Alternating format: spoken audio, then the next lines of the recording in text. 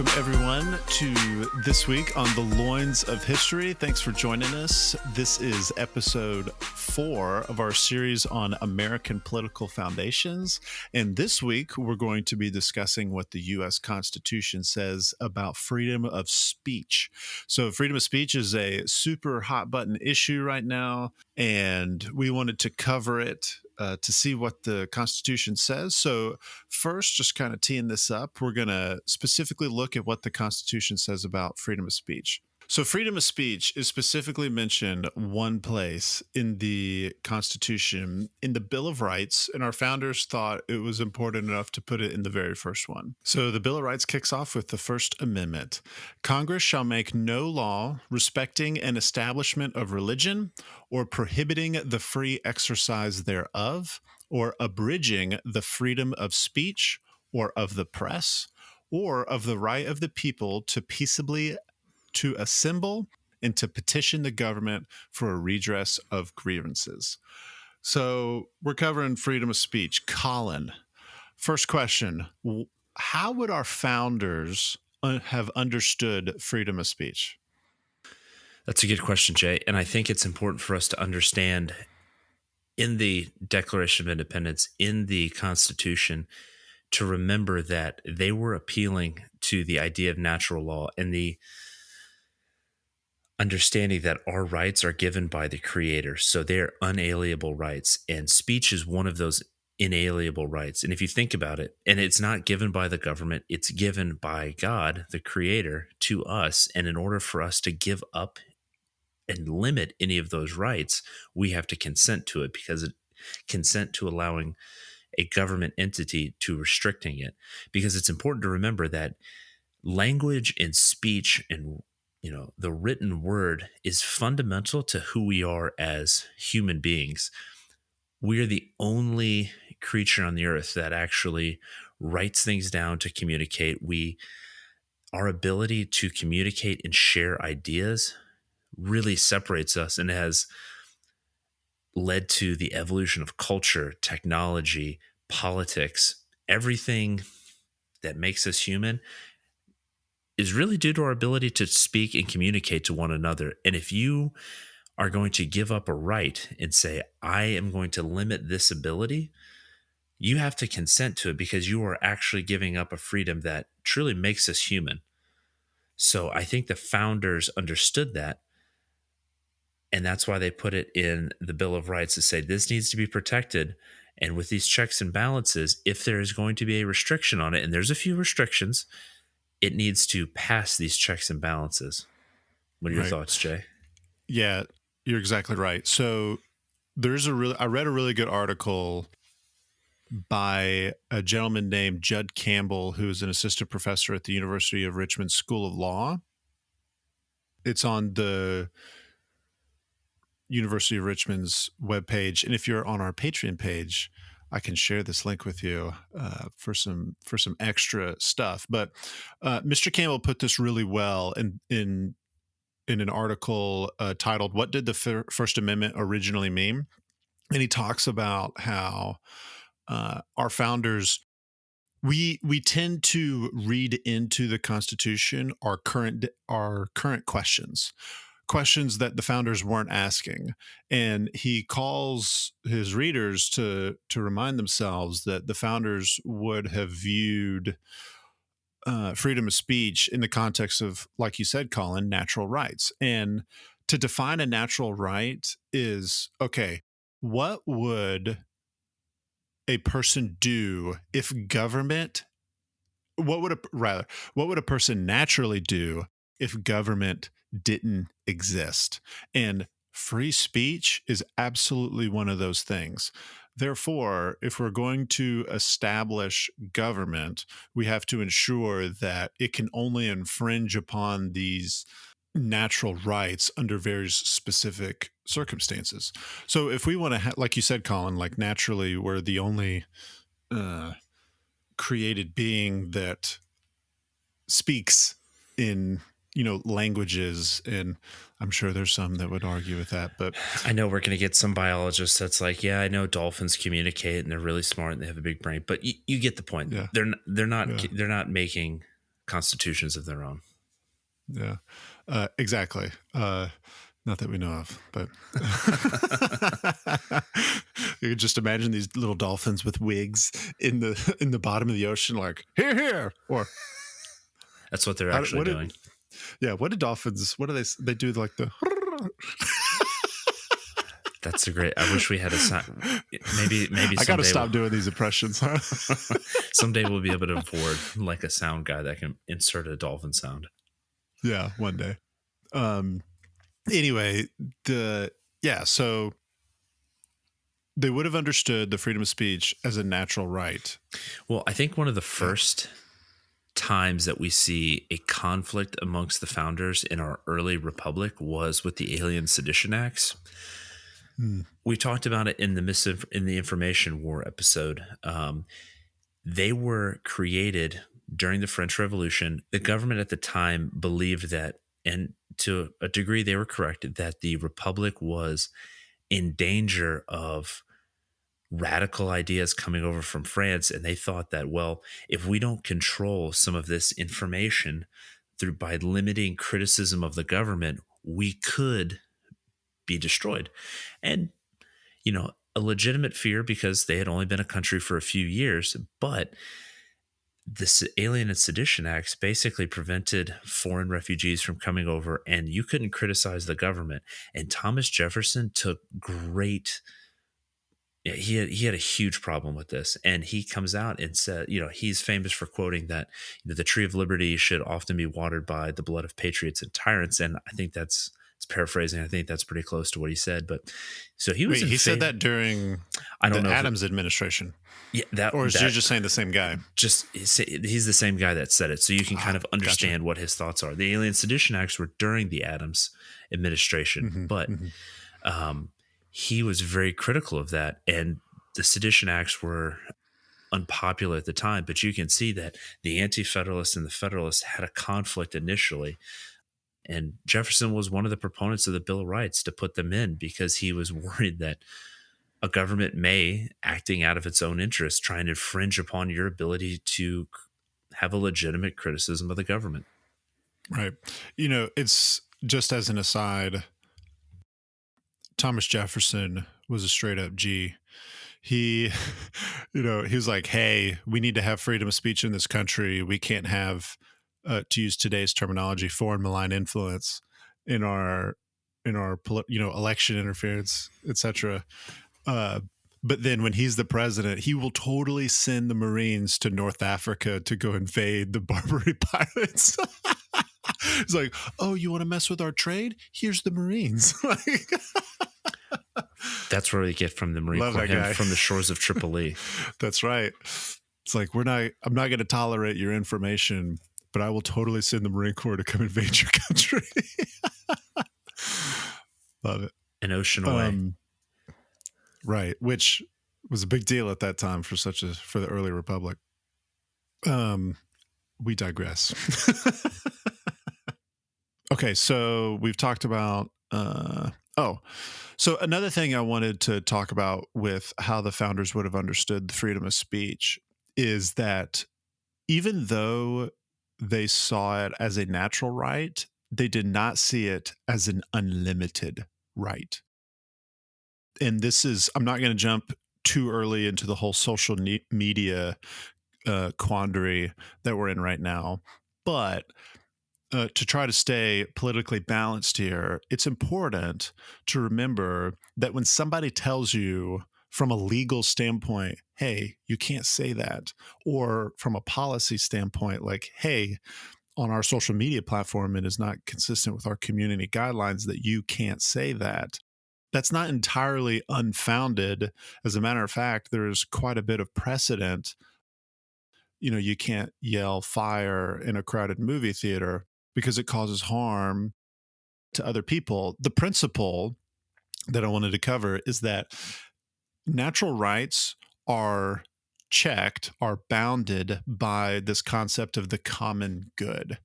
And just because something is a natural right, it doesn't, specifically freedom of speech, it doesn't mean that one can say anything they want if it infringes upon the collective good. you brought up social media, and I think there's an important thing that I want to say. It's that the freedom of speech and these rights are not bounded by the technology of the times that they're written in. The founders at the time, y- obviously, social media didn't exist. However, you know, if you look at it, the printing press was really only what, like 200 years old at the time, maybe. They understood that technology changes and it's not limited to say, well, it's going to be if it's ink and quill. That's the only thing freedom of speech is limited to. They Hmm. understood that the technology would change, and it's not limited to the medium by which you communicate. So that does extend to social media within the common good. So I just want to make that point that even though they're writing this in the 18th century. It is not limited to 18th century technology because they even understood that, well, before the printing press, it was, block letters and most people didn't even know how to write, and that the technology of communication had changed, albeit Right. slowly. That change was going to continue to happen over the course of this republic. So just want to make that point. Right. And maybe in another episode, we're going to extend that same logic to the Second Amendment. Oh boy, that's actually where I was going. But again, we digress. uh, yeah, no, you're exactly right. If something is in fact a natural right, the the specific technology that's prevalent in civilization at that time is like that doesn't change the fact that we have a right to freedom of speech. And Well, again, uh it's you're not bounded. You're receiving that right from the creator, not from the technology of the time, not from the right, government. So it transcends the technology of the time that you live in or the time that these laws were written to protect. right. So the First Amendment, if you listen to our last episode talking about property rights, there's actually more explanation on in the Bill of Rights about property rights than there is about freedom of speech. Therefore, that that whole idea that the common good checks our right to freedom of speech, it's highly subjective.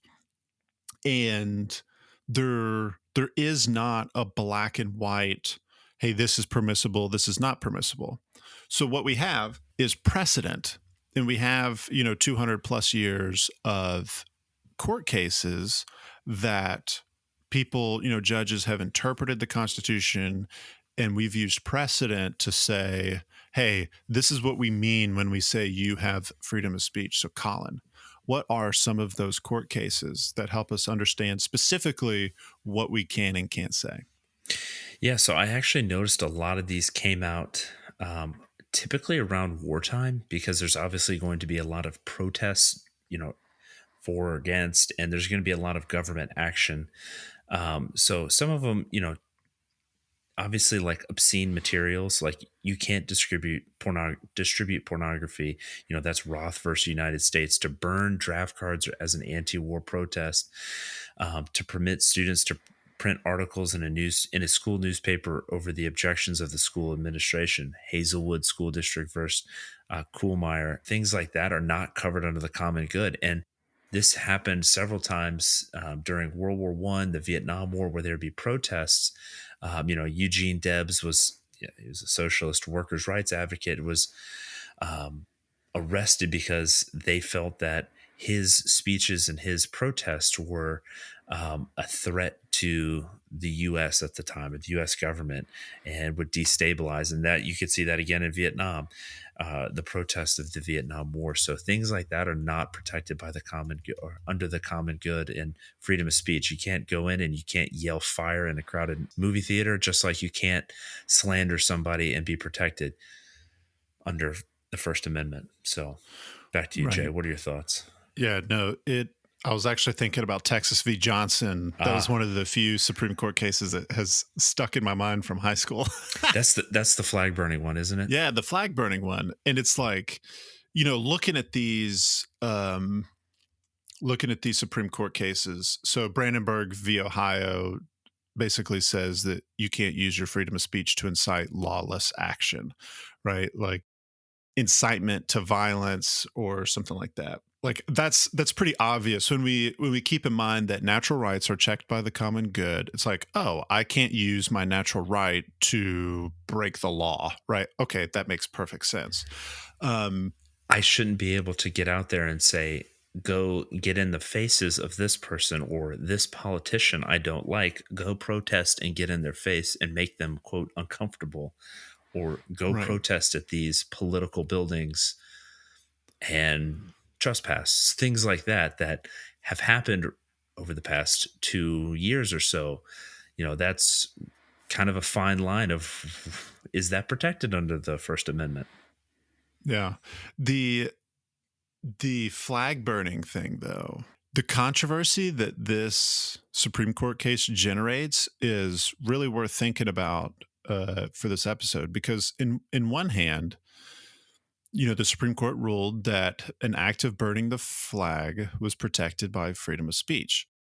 So one side would say like, "Hey, what is he communicating here? He's communicating a dissatisfaction with the government, the country writ large." But the other side would say, "Wait a minute, burning the flag, that could be considered an incitement to lawless action, right? Like what's next? Like you burn the flag, you're going to burn the Texas Capitol building down or something like that next." I remember in 2020, a lot of the Black Lives Matter folks like kneeling during the national anthem. That was probably less inflammatory than burning the flag. But the idea is okay, if we don't want the sedition acts, I think generally speaking, both sides of the political spectrum think the sedition acts were bad and not a good idea.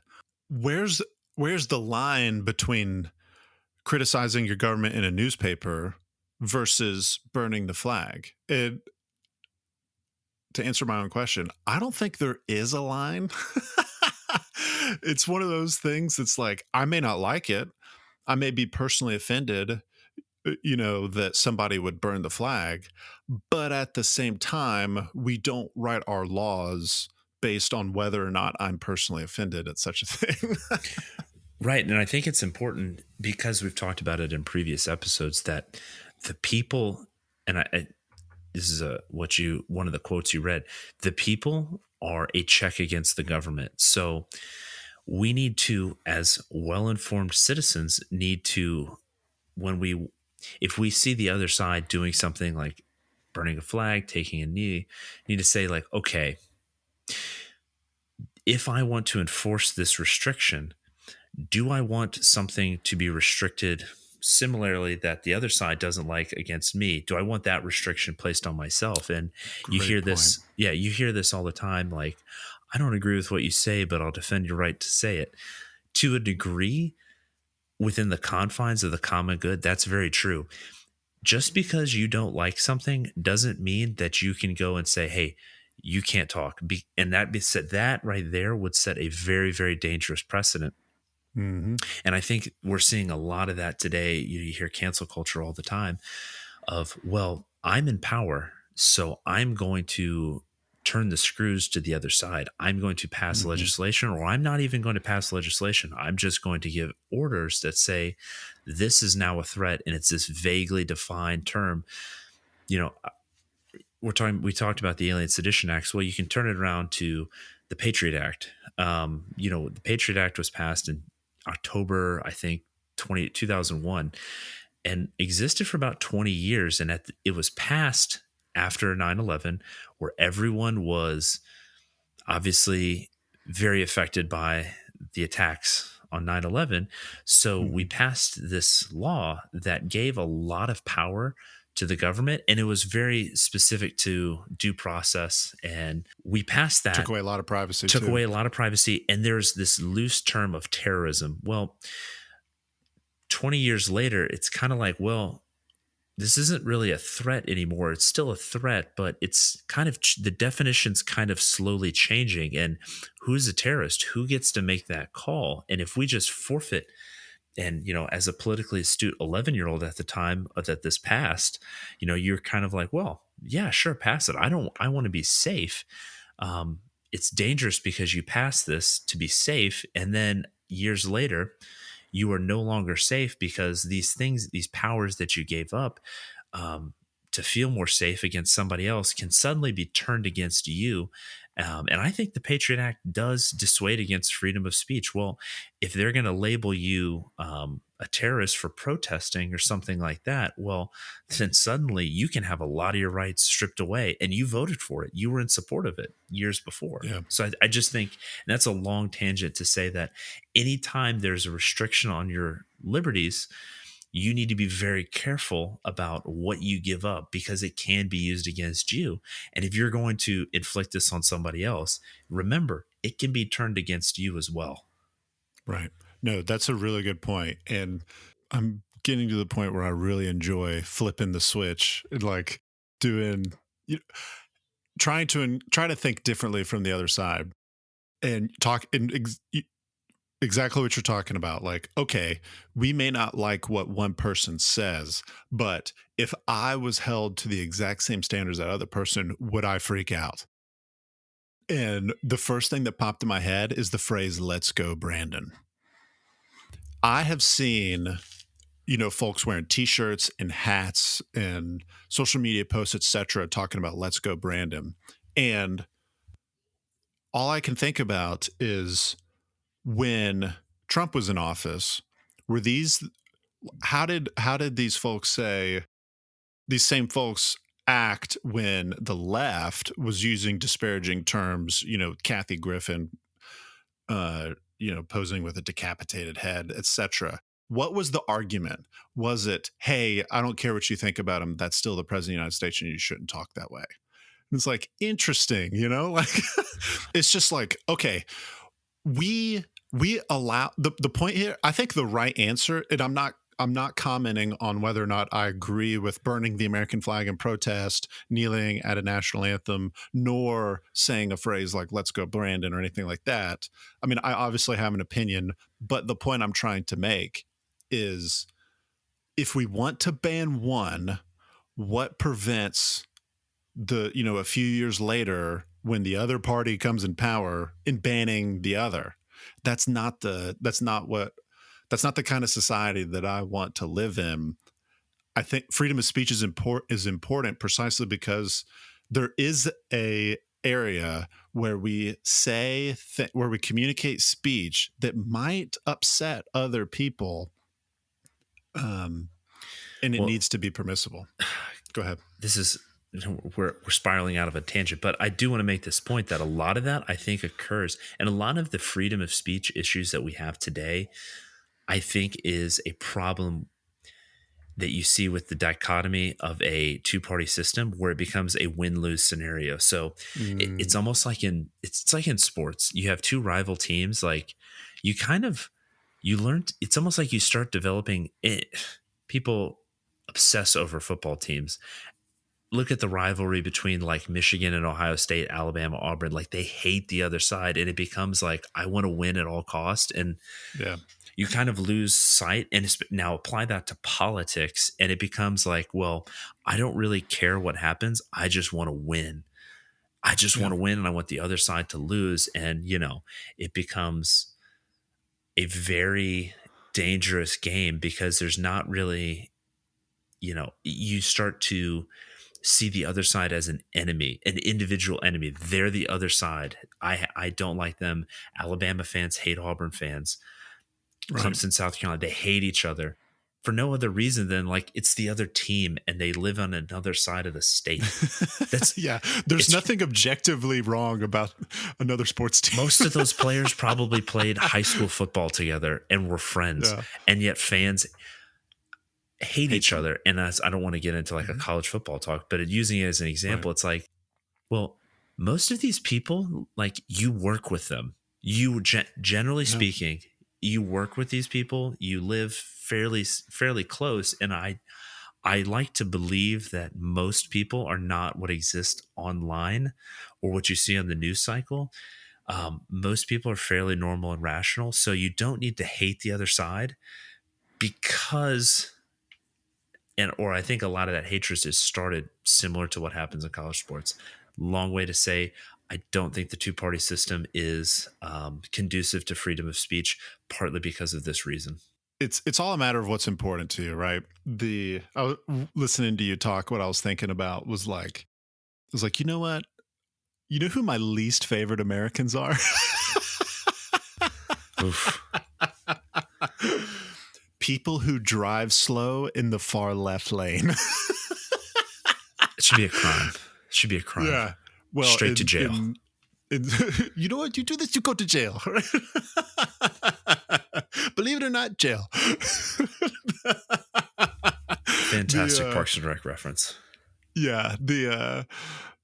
Seriously, like, if I don't care what your political party is, if Republican or Democrat, I don't care. If they stood up in a national debate and said, I am going to prevent the slow drivers from being in the far left lane, instantaneous vote. Like, you've got it. Because that generates more stress to me on a day-to-day basis. Give the people what they want. Else. I know that has absolutely nothing to do with freedom of speech. But when you're talking about sports teams, and like, you know, we hate these people. I was like, well, I don't really have a sports team. I was like, who do I not like? People who drive in the far left lane. There you go. Exactly. So using some corporate speak to circle back. Yeah, bringing it back. Bringing it back. So I think we have a pretty good understanding of what the founders would have considered free speech, why it's important, and that it is a natural, inalienable right bounded by the common good, ruled on by precedent, you know, within the system of checks and balances. So applying that today, you hear the term cancel culture all the time from both sides. Cancel culture, social media, hate speech, all problems of today, censorship. And I think today's problems extend beyond the government necessarily. What are your thoughts on freedom of speech today and some of the issues that we're facing, Jay? Yeah, so I'll go ahead and go straight to social media because I kind of already referenced it before, but it's almost like I'm so glad you brought this up earlier about technology. And it's almost like we want to think that, oh, technology, it completely changes things and we have to completely rethink how we're thinking about technology. And the answer is no. It's the same principle.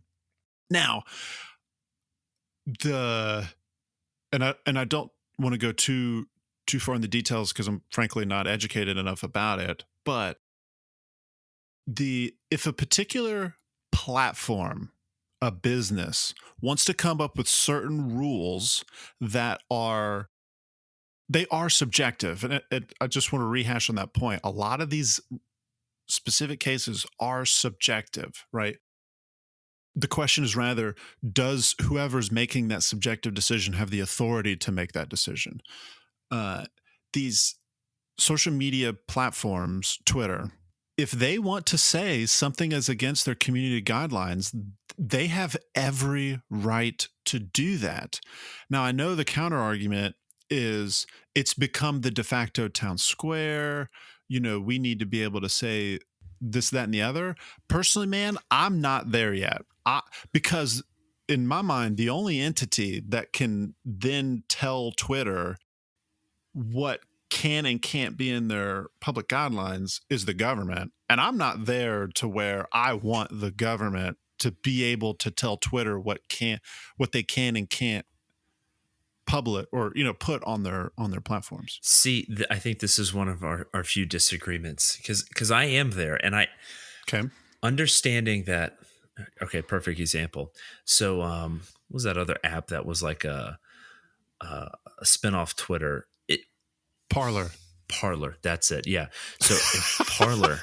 So when Donald Trump, horrible Trump, name for an app, by the way. Parler. I know. Was it like a beauty parlor? I don't what. Yeah. But anyway, you don't know if it should have a U in it. Anyway, keep going. We'll talk about the UK in a minute. Well, they, after Donald Trump was banned, they were like, we're not going to ban people. Come over to us. And a lot of people started going over there. Well, their servers were basically turned off. So they couldn't. And I'm not going to get into the whole like cloud hosting, like Yep. IT thing, but basically you had an entity, there's like 3 entities that own most of if you want to set up a server through like a cloud hosting server, like AWS, Microsoft, Google, or Oracle, I think is another player now. You have like 4 choices. That's basically a monopoly, because if they're like, yeah, you're not going to do that without violating your First Amendment, they basically did by taking away your ability to speak and to host something. Now, I get it. It's the idea of like, well, we don't want the government to make these decisions for private companies. Yeah, they shouldn't compel Twitter. Where I stand, they shouldn't compel Twitter to say like, you have to say this.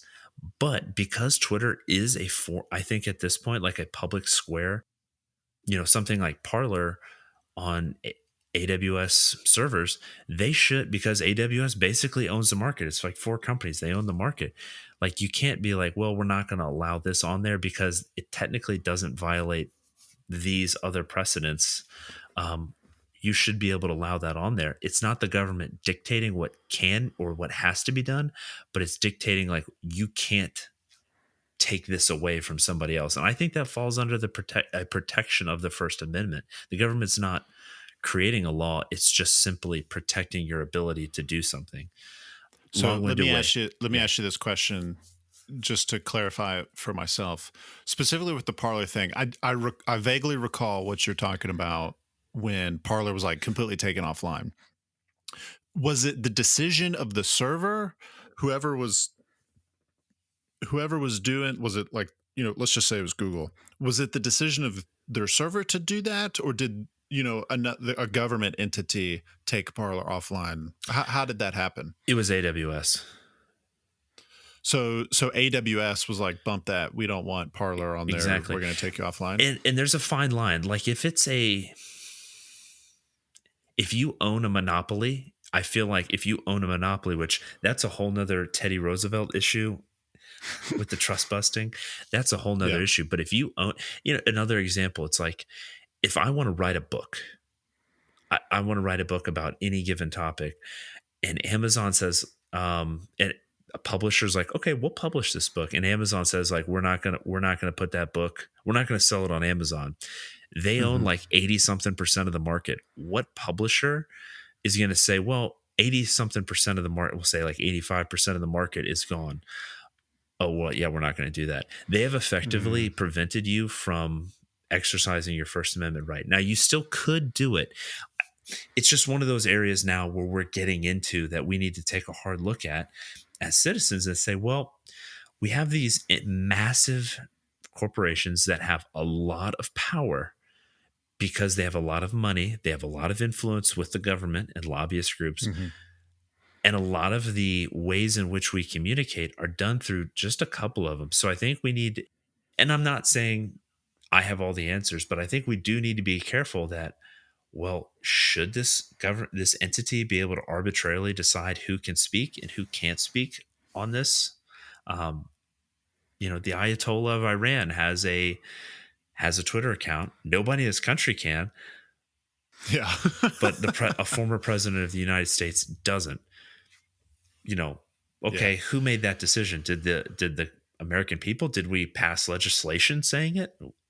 Yeah, no, I completely understand the emotional, the emotional urge to try to create equality on a specific and very popular social media platform. However, the book publishing thing you bring up is actually a really good example. Talking about Amazon straight up says like, we're not going to sell this on our store, so you just lost 80% of your market. If we are actually free market capitalists here, I would think like, okay, is there a demand for the book? And I'm not an economist, by the way, for our listeners, but is there a demand for the book? And if so, then I think eventually the market could potentially, I mean, this is a hypothetical situation here, but the market would adjust. Like if Amazon consistently refuses to sell books that have a demand, then that just allows a competitor to come up and say, no, we will publish them. And if the demand exists, then the books will be, people will buy the books, and Amazon essentially just loses money at that point.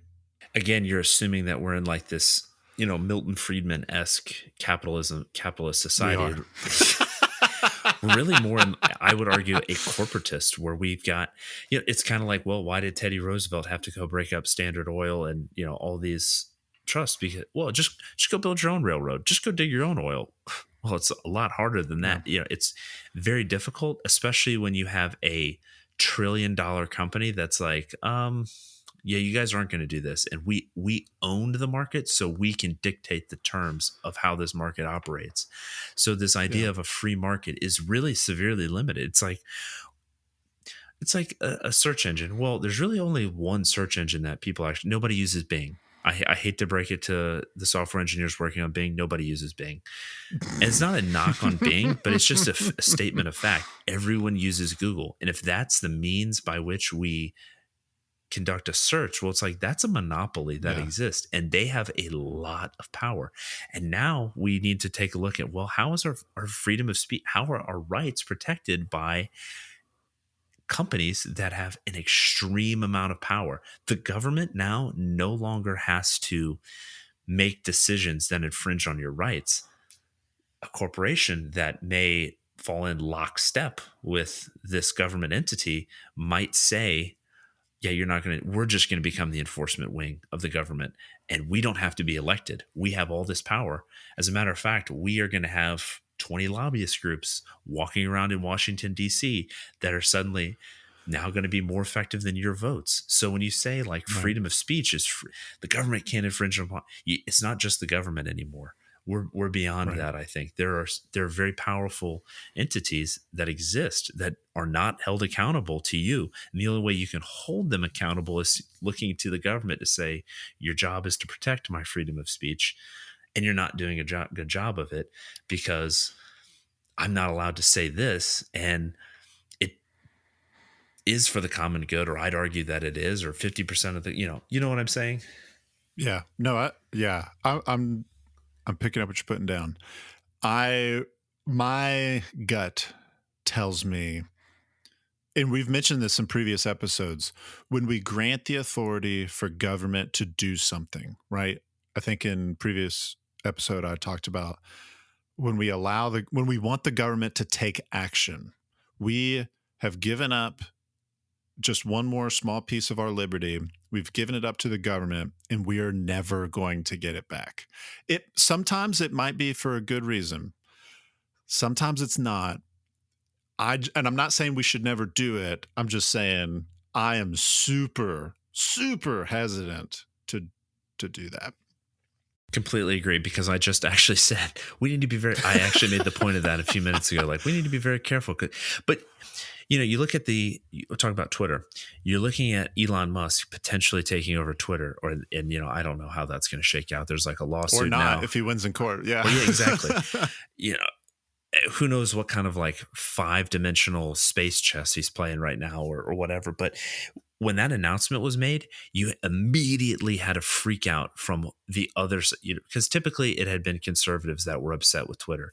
Now, Yeah. as soon as Elon Musk was going to take over, the left came unglued, and it suddenly, this entity that is not a political entity, or supposedly, now Yeah. might swing the other way, and it's like, whoa, I don't like that. I don't like it's rules for thee, not for me. I don't like that. Right.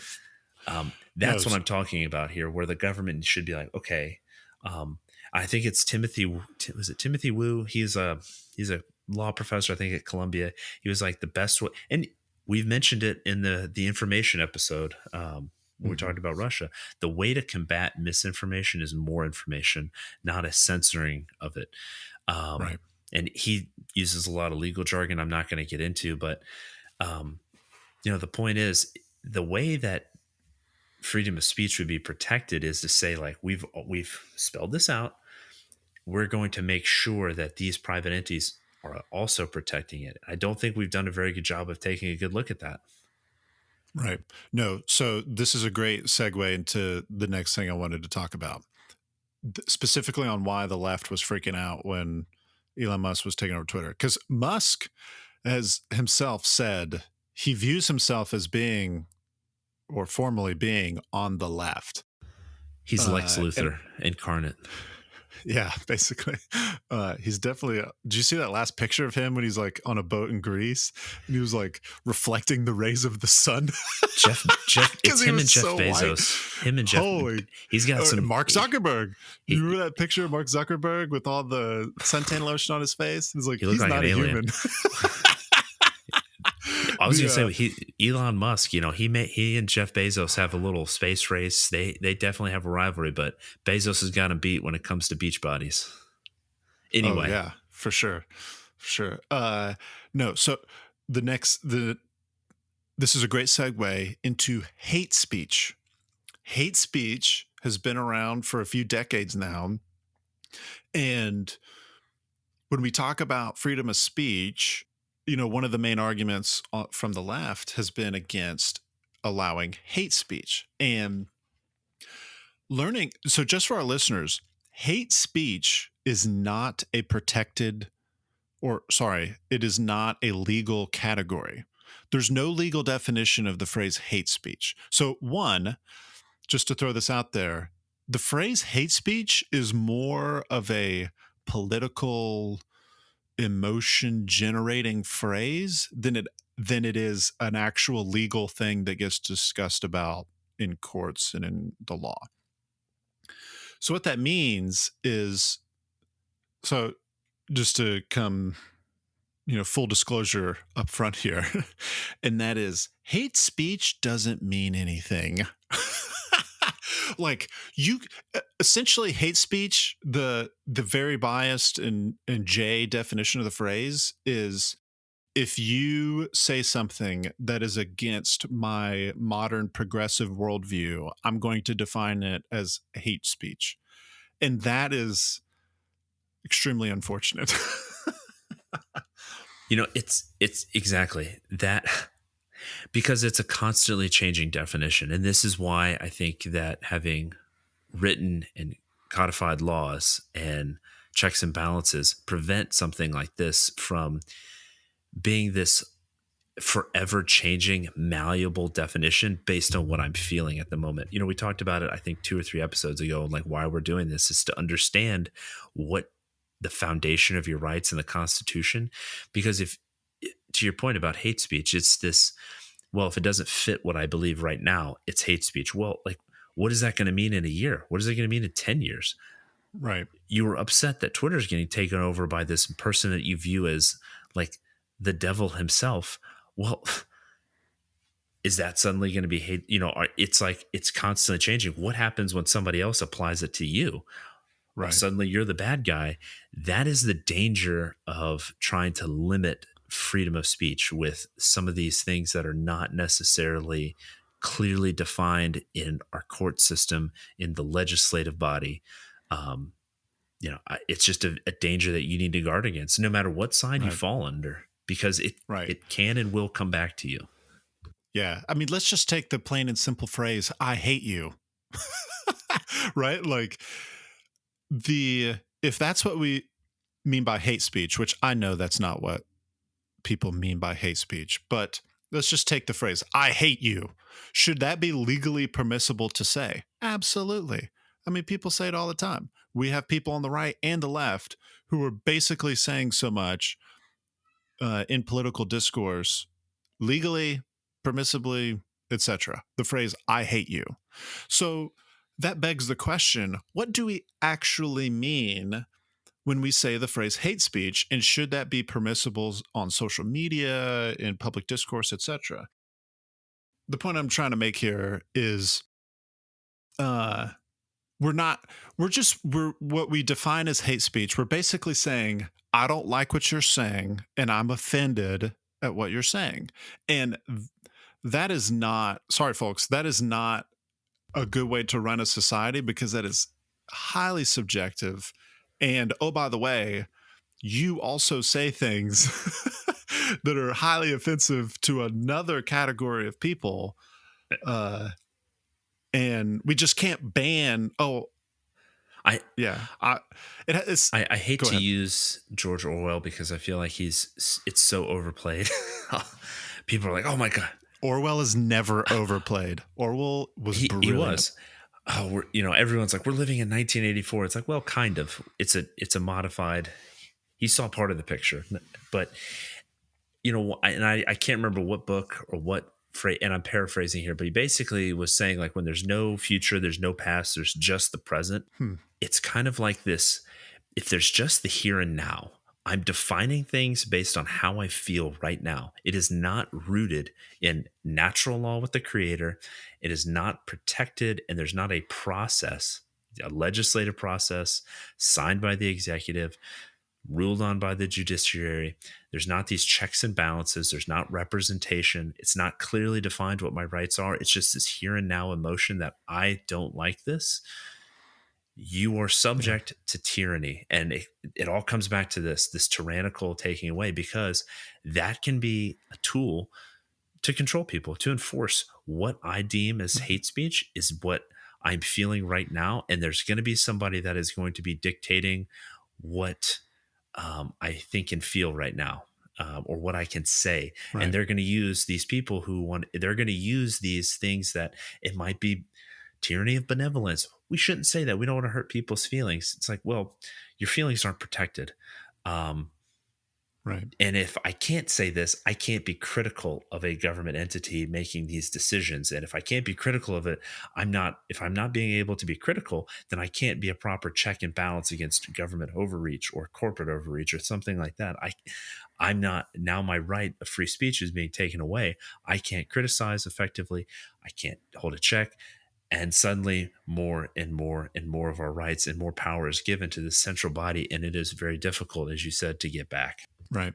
So I'm going to paint a false dichotomy just to illustrate a point here. So there is a dichotomy in art and culture between the classicists and the romantics. So bringing this back to the loins of history, right? The 1700s, the 1600s into the 1700s, the prime time enlightenment time, or there was a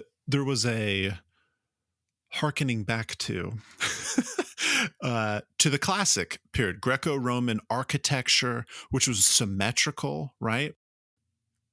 Iambic pentameter poetry, this like specific order in art and culture was highly valued and was indicative of beauty, right? So it all goes into aesthetics here. In the 1800s, we see the rise of romanticism in the romantics, and it was less about order and more about emotion. And we see this in art, we see this in culture, we see uh these heroes or hero stories. You can just read a great fun expedition is just comparing and contrasting the art, the paintings of the 1700s against the 1800s. And what we see is that beginning in the 1800s, Western culture writ large began developing its values based on emotion and not rules, right? This is romanticism in a nutshell, and it's a cultural value. It's not a I mean, it comes from a philosophical and historical understanding, but it's manifested in arts and culture. And what we see today, and kind of bringing us back to the point here, what we see today is that you have, on one hand, a cultural emphasis on order and rules and logic and facts and these hard and fast black and white dichotomies. But on the other side of the political spectrum, you see a cultural value on allowing emotion to define reality subjectively for each person. This is ultimately a deeply rooted historical conflict in what we see as good, right? So it's an ethic, and what we see as beautiful, which is an aesthetic, when it comes to hate speech and freedom of speech and social media, sorry, big thing, trying to bring it back here, is those who make appeals to hate speech, their worldview is that they see things as good. They define good by emotion. And if you're saying something that brings with it a negative emotion, then you've already violated their reality. Conversely, those of us that see hate speech as ridiculous, it's because hate speech isn't a thing that isn't defined by rules and logic and facts. So therefore, to move forward as a society, because I'm not claiming that one view is inherently better than others right now. I do believe. But just to again, this I'm painting the false dichotomy because I believe there's value in both. But when it comes to specifically hate speech, this is the context of how we got ourselves in the situation. That's a great point. That is a loins of history point. To summarize, I think where we stand today, at least in the US, before we go international, I think the biggest warning, the caution that we have to say is it's a complicated issue right now. There is a blurring of the lines, I think, between private and government authority and infringements upon our rights. And to what we've both said, I think I think the American people need to guard against and make sure that even if it makes us uncomfortable, whether it has a negative emotion to what you just said, or it's something that may not fit into our what we would consider an ordered government, we need to be very careful about what rights we're giving up and what rights we feel are being infringed upon, because it's very difficult to get back. And freedom of speech is absolutely important. The ability to be critical of your government and the country, to the term that we use so much, writ large, is important for us to really progress as a society and as a country. And it's a protection against tyranny, which is what it comes back to. I think that's what the founders were really trying to guard against, was tyranny. Tyranny can come in many forms, and taking away your freedom of speech is one of the most essential to any tyrant. So that's the US. Let's talk a little bit about, for international listeners, where it can apply for them, what's going on over there. Yeah, no, it's really good to compare and contrast American political situation with the rest of the world. Super enlightening to help us, understand where we're at today. I want to start off with Russia, because bringing it back to our Russia-Ukraine series not too long ago, and just the simple point that Russia has a extremely tightly controlled information environment, right? They have their own internet system that is connected. It's using very ambiguous terms here. That is connected to the global internet system, but the Russian government controls it, and they have the ability to completely disconnect their internet from the rest of the outside world. Which is more like a North Korea than it is a democratic society. Cough, cough. For any future Russian listeners right now. But exactly. Yeah. Anyway, just to give one example, because there's tons. This is highly problematic. When Russia invaded Ukraine again this year, there were quite a few protests throughout the country. And I saw an Economist article that was published in March. So the invasion happened in February, late February. As of March, I think it was March 20 something, the Russian Federation had arrested roughly 15,000 protesters for no other reason than just simply publicly protesting against the invasion in Ukraine. So for our American listeners, I remember, a few years into the invasion of Iraq, and that war got super unpopular super fast. and there were protests out the wazoo.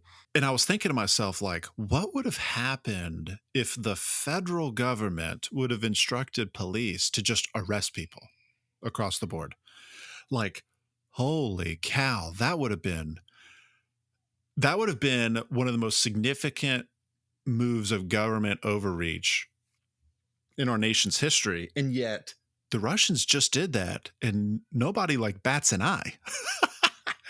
So to your point about Russia's internet and using ambiguous terms being connected to the rest of the world, it's kind of similar to the Chinese, and it's, I think they call it the great internet wall of China or something like that. It's basically a firewall that The Great Firewall of China. the great firewall of China. That's it. So yeah, and a firewall is basically, it's a block for, again, using ambiguous non-IT terms.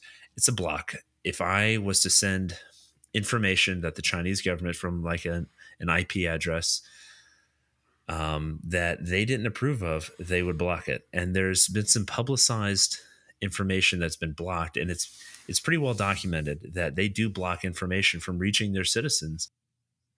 And so that's more on the information side, but that prevents access for them, and it prevents them from being able to spread any information necessarily to the outside. Internally, they don't have access to it. So that it just goes to show that the Chinese have a very controlled populace when it comes to freedom of speech, because as we saw at Tiananmen Square, the Chinese government does not take well to criticism and protest of the Chinese government and the Chinese authority. Recently, we saw it in Hong Kong, where they very violently put down protests in Hong Kong. If you don't know about Hong Kong, Hong Kong was actually under British authority up until like 1999 or 2000. It was like a 99-year lease. Yeah, something So like that. it's still very much separate, or they like to think of themselves as fairly separate, and they still have a tradition of more Western ideals of freedom. And the Chinese crack down on it. So it's not like freedom of speech is something I think that we in the US take for granted. And there's definitely, I think, some level of censorship and control in the IT space, but nothing like what happens in China, where protests are brutally put down. People disappear at times. You Yep. can't spread information online. It is very tightly controlled and regulated. Yeah. And the question we have to ask ourselves as Americans, as Westerners, is that the kind of society that we want to live in? Because every single time we restrict someone's ability or someone's right to freedom of speech, that's the type of society that we are one step closer to. I feel like that's a Linkin Park song about one step closer to the edge. I'm about to break. No, you're right. And Love I mean, Linkin Park. that's the thing I think that we try to warn against. Is it's not for the US, it's not like this, we're just going to vote in the Communist Party and suddenly like we're a dictatorship. It is a very slow and methodical march. Yep. And that's the thing that you need to guard against. It's kind of like you hear the term like frogs boiling, and boiling frogs. It's not like you're throwing them in boiling water. You just slowly turn the temperature up. So you have to be very quick. You have to do constant temperature checks of your freedoms and say like, hey, this is not something that I see what's going on in Russia, in China, in Iran, where everyone has a Twitter, or excuse me, the Ayatollah has a Twitter account, but nobody else in the country does. Right. Is that the kind of society we want to move to? Are we on the path to that? Even if we think it's for these benevolent reasons, and yeah, we're trying to be safe. We want to be safe. You can't do that. I mean, recently, we saw with COVID-19 and the spread of misinformation, you had a lot of unelected officials making decisions on what information could and couldn't be spread, i.e. Twitter. I'm glad you brought up COVID. And misinformation, because that was probably the last main issue that we hadn't talked about yet. Well, and I will make the point that this is something that has not just U.S. but international connotations as well. So go ahead. I believe that we are going to be arguing about COVID for decades. because so much questionable stuff happened and we were not allowed to talk about it. So masks, right? It There were studies, published that basically said masks didn't do anything. And then people were banned from social media. People, were highly criticized because they just said what those studies said. And then fast forward, you had major news outlets who then came out and said, hey, masks don't do anything. My point here is not to rant and rave about masks. My point here is to say, like, there were a lot of terms, a lot of accusations about misinformation, disinformation being thrown out there. There was a significant effort by the US government to control the information. And the question that I would like to ask is, what did that get you? Was COVID, was the fight against COVID assisted by controlling the information about masks? Regardless of what your opinion on masks are, I think the resounding answer to that question is no. No. We were prevented from having a free and rigorous debate about the masks because of an appeal to the common good. And to be clear, in the early stages of the pandemic, I tend to give people grace because we just didn't know what we didn't know. And at some point in time, I don't know when that was, but at some point in time, we started to know and we doubled down on previous false assumptions. And that combined with a stifling of debate was detrimental to our societal fabric, people's health, you name it. The common good was actually harmed. So again, like, I'm not trying to point a finger. I'm just trying to use that as a point to say, like, when you restrict people's freedom of speech, sometimes it comes back to bite you. And I think that's what we're living in right now. Okay. Fantastic points. And I'm going to follow it up with a few to tie it into some of the other talking points that we had today. So this is a total paraphrase of it, but people who chose security over freedom shall have neither. And Right. that's kind of what we did. We were choosing security, the illusion of security. And you're right. Initially, it's like, okay, let's take a pause. I do give, and there should be some grace extended. But yeah, we definitely doubled down. And like what I said at the very beginning, like, communication is fundamental. Language, speech, it's fundamental to our scientific evolution. You Right. can't have a scientific breakthrough if you can't communicate about something. Yes. It is impossible to gain more knowledge when knowledge is being stifled. Mm. You know what would have really Tweet that. countered the Tweet that. tweet that, tweet that. What would really have helped in the ease people's concerns would have say, like, hey, we're going to do the most comprehensive study. We're going to be so transparent about this, instead of, if even if masks worked, if you stifle somebody who dissents to the point that they can't even talk and they're deplatformed, guess what? A large percentage of your population is going to be like, wait a second, that doesn't pass the sniff test. And suddenly they're going to become even more worried about it. Yeah. The phrase, the science is settled, is the most anti-science phrase ever. Like, we were taught the scientific process growing up as kids. And to say, oh, the science is settled, you have to wear a mask, this is done. Like, I will literally have this debate with you with a mask on my face. Like, we can have the, like, let's have the debate. See, and you made a point also about people were being deplatformed. It wasn't just the government. And what I was saying earlier, like, hey, we need some of these private enterprises should not just be able to say, like, you are not allowed to speak. Yeah. Because, and there you go.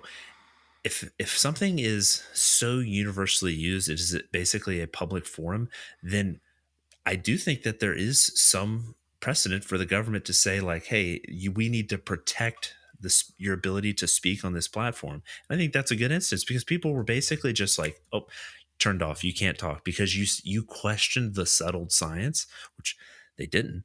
They were just asking simple questions like, hey, maybe we should look into this a little further. Um, and yeah, it has been absolutely detrimental to society. And it was only after years of living under it that people finally started to realize something that could have been cleared up in 3 months or less had we been able to openly discuss it. In a situation like that, more information is better than less information. And another one that I really hate hearing is like, you're anti-science. You don't believe, trust Yeah. the science. Trust the science. You're anti. Hey, trust the Trust government. the They got your science best is an interest. anti-science statement.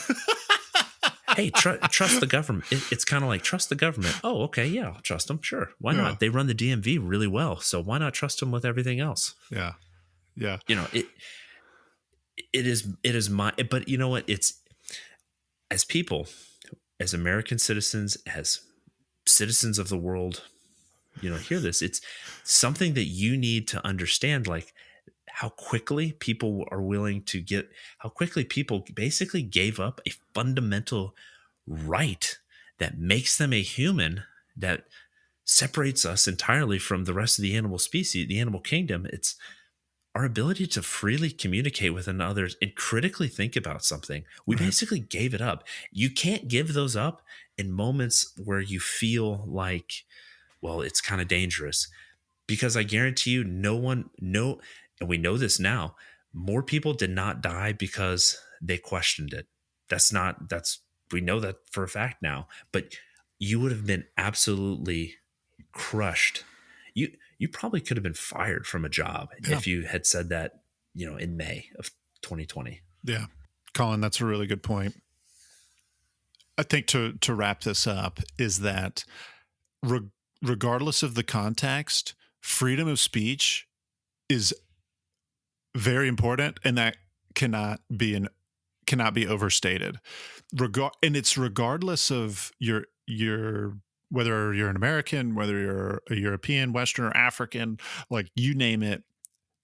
If you live in Russia, China, anything, freedom of speech is a natural and unalienable right. And And it's something that we need to be ever vigilant in guarding and protecting, right, whether that's from a private enterprise, it's from the government. You have to be very, very leery about any kind of infringement on it. right. No, really good. Yeah, and I think that does it for this episode of the Loins of History. Hope y'all enjoyed us ranting and raving about freedom of speech. We talked about what the Constitution says about freedom of speech in the First Amendment. We talked about how the founders would have understood freedom of speech as a natural right. We talked about how our primary understanding of what freedom of speech actually is, what it protects, what it doesn't protect, is determined by precedent, mainly in Supreme Court cases. We talked about the common good and how that bounds our natural rights. And then we've talked about some specific case studies of freedom of speech, talked about social media, talked about the Patriot Act, talked about corporate enforcement. And then lastly, we talked about how this applies to China and Russia and other places. And there's tons we didn't cover. We didn't even talk about the yellow vests folks in France. We talked about the Dutch farmers last week, but it's too much to cover on a single Loins of History episode. But we're super excited. Next week, we're going to continue our series on American political foundations, and we're going to talk about the Second Amendment. Dun, dun, dun. We decided we wanted to be not controversial and talk about the Second Amendment. Yeah, there's just not enough controversy, or there's too much controversy, so we're just going to talk about the Second Amendment. It should be an easy breezy episode. on that one. Colin, I am super excited. I really want our non-American listeners to give us some feedback, because the Second Amendment is one of those uniquely American things. I'm sure there's other countries out there that have it, but I just, one of the American It's the stereotypes. Swiss. Oh, the Swiss have a second, or an equivalent to the Second Amendment. Well, they have like 80. They have like one of the highest levels of gun ownership in the world. It's like 80 something percent. Great. We'll bring up the Swiss. All they right. do it. They do it right. They're very punctual, and they do guns right. Awesome.